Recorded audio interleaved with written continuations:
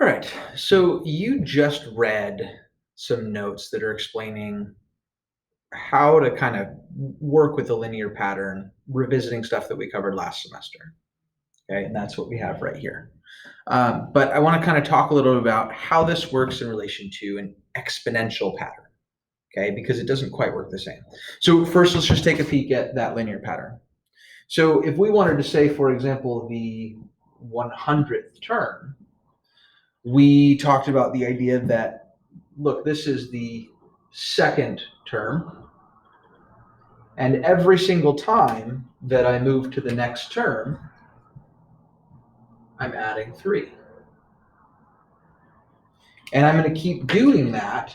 I'm going to take that second term, 5, and I'm going to add 3 plus 3 plus 3 plus 3 plus 3. I'm going to do this 98 times.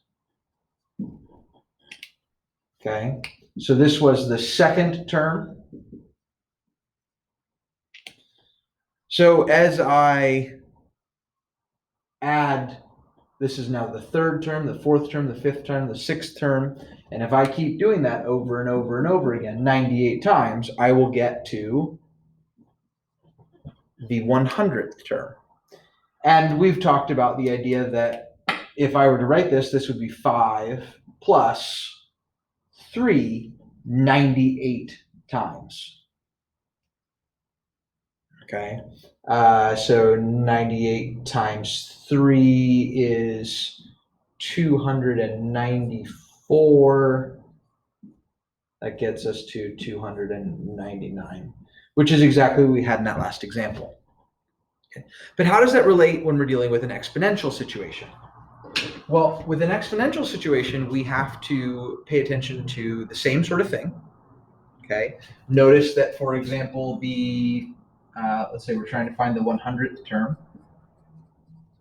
Let's say, for example, that this is the 4th term. That's important to know, 375. Okay, but what is happening every time that we move from one to the next? Okay, so in an exponential function, rather than adding the same thing over and over again, an exponential pattern is multiplying by the same thing over and over and over again. So I might have 375, which is the 4th term. And what I'm going to do is I'm going to multiply it by 5. That gives me the 5th term. Now the 6th term, 7th term, 8th term. And I'm going to keep doing that over and over again until I get to, I'm going to do this. This was 4, and I need 100, so I need 96 more times.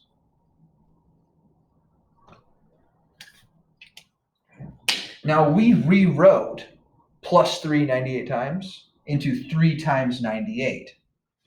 The big change here is that we have to express this a new way. And I don't know if you remember this or if you've taught this before, but if we multiply 5 times itself 96 times, what this turns into is 5 to the 96th power. Okay, so if I were to find the 100th term in this pattern, it would be 375 times 96 5s. Now that number is going to be too big for a calculator to mess with, so I'm going to leave it right there. But I wanted to show you the relationship between how similar we're going to be approaching these two patterns.